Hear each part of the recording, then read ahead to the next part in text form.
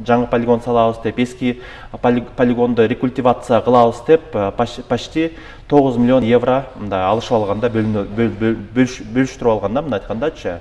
9 миллион евро жаңы полигон салабыз деп атат. Мына дүйнө жүзүндө негизи азыр полигон эч ким салбай калган. Мына Европа мамлекеттерде полигон салбай, ал болсо таштандын баардыгын кайрадан иштетип чыгат да.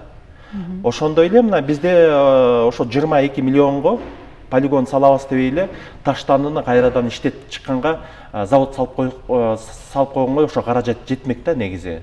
Ал мына 11 миллиону кредит болуп атат, ошол деле 2% менен берилген да. 11 миллион евро бекер акча болот атпайбы? Бекер. Эмнеге башында эч ким ойлонгон жок да, ушундай суроолор азыр туулуп атат да. Жаңы полигон салып, жаңы полигон деле 4-5 жылда толуп калат, ал жерде түтөйт да. Бул жерден эмне кылыш керек эле да? Бул жерден башкача ыкма, башкача метод менен колдонуп, тамак аштын калдыктарын бөлүп чыгыш керек эле да. Тиги мусорный площадкадан баштап. Мен ошо мына иштегениме 5 ай болду да. 5 айдан бери какшап эле келатам да, бөлөлү. Көп деле тыйын кереги жок, 22 миллион евронун кереги жок, 500 000 евро эле жетет деп атам да. Ошо тамак аштын калдыктарын бөлүп, ошо жерде желим, бөтөлкө, кагаз, айнек, темир, алюминий баардыгын бөлүп чыкса, шаар ошодон 30 миллион сом көрөт экен да негизи. Пайда. Айна.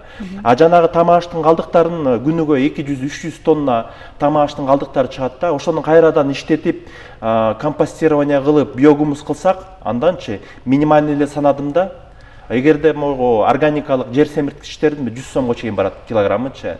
Оптом 20 сомдон эле санаганда күнүгө 70 000 доллар киреше көрмөк экен. 50 000 доллар киреше, бул болсо айына 1,5 миллион евро киреше да шаарга. Мен уже билдим, ал жерге мен ордум, мисалы директордун ордуна отурганда, мага директор болгон үчүн эле каждый понедельник 100 000 сом кирип турмак экен да. Бул болсо уже ыкмак экен да. Ал жерден топурак казылат экен, маякта топурак сатылат экен кирпичный заводдорго. Күнүгө 200 машина чыкса, 500 сомдон бул 100 000 сом күнүгө мындай нелегальный доход да. Мен эмне кылдым? Мен ал жерге келип туруп көбөлөрдүн немелерин кислородун жаптым, чын айтканда. Айттым, бул мыйзамсыз. Анча-мынча жанагындай сортировка точка ачабыз деди. Муниципалдык баягы ишкананын территориясында жанагындай бизнес жасайбыз дегендер, мындай айтканда, баягы революциядан кийин да аякта да бийлик алмашылды да. Башка жанагындай чала спортиктер келди, чала спортсмендер келип, ошол жактан иштейбиз, кыйратабыз депчи. Мен аларга жол берген жокмун. Башында жакшы эле аракет кылып аткан биздин мэр делечи, Бактыбек Жапарович, биринчи вице-мэр Жамалбек Самарбекович аябай жакшы эле мага жардам беришип аткан да. Бирок кысым болду. Үстү жактан тиги биздин президентибиздин жакын окружениясы экен. Мен уже аттарын атабай эле коеюн, бирок кысым жасашты. Акыры мени ушул положенияга алып келишти. Айтышты, давай Адил, заявление жаз, кет. Анткени сен удобный киши эмес экенсиң, сен урдабайт экенсиң, бөлүшпөйт экенсиң, сенден пайда жок экен депчи. Чынында мында элдер ыйлап атпайбы ошол жактанчы? Ошол жакта азыр элдер ыйлап атат, анткени ал түтүндө жана уулуу заттар бар, ракка алып келе турган заттар бар. Анан ошол жакта элдер чынын айтат да. Биздин балдарыбыздын келечеги эмне болот? Түнү терезени ача албайбыз, кир жая албайбыз, түтүп атат. Ал жерде ошол моякта сорттоочу жерде 300 адам жүрөт. Күнү түнү ошол жакта сорттоп жүрөт да. Тапса ошол жакта пластик сорттоп бир 300-500 сом көрөт күнүгөчү. Ал жерге жаш жетелик балдар жүрөт. 6-7 класстын балдары жүрөт, кыздар жүрөт. Аны эч ким көрө элек да. Проблеманы чечип койсок болот да, болгон эле эрк керек да. Эгерде чыныгында биздин мына өлкө башчыбыз делечи, өзүнүн туугандарын эч ким жоголтпой койсо, мисалычы, болду мына эл үчүн иштегендер келсин маяка, иштесин десе эле любой проблема чечилет. Тиги прокуратура асылышты, эмнеге түтүп атат депчи. Мен айттым, ал санкционерный свалка, тамак аштын калдыктарын бөлбөсө түтөйт дедим. Госэкотехинспекция асылышты, штраф салабыз сага депчи. Тиги Гаусылха, жанагы айлана чөйрөнү коргоо, алар асылды. Айттым, туугандар, 1,5 миң тонна мына свалкага таштанды кирип атат. Мейли анда свалканы жаап салалы дедим да. Жаап салалы. Жаап салсак 1,5 миң тонна эмени каяка алып барасыңар? Күндө чыгып аткан. Күнүгө чыгып атат. Каяка алып барасыңар? Тиги жаңысы бүтө элек. Жаңысы бүтө элек. Аны тиги Новиков убада бербеди беле, тиги 1 сентябрга чейин бүтүрөм депчи.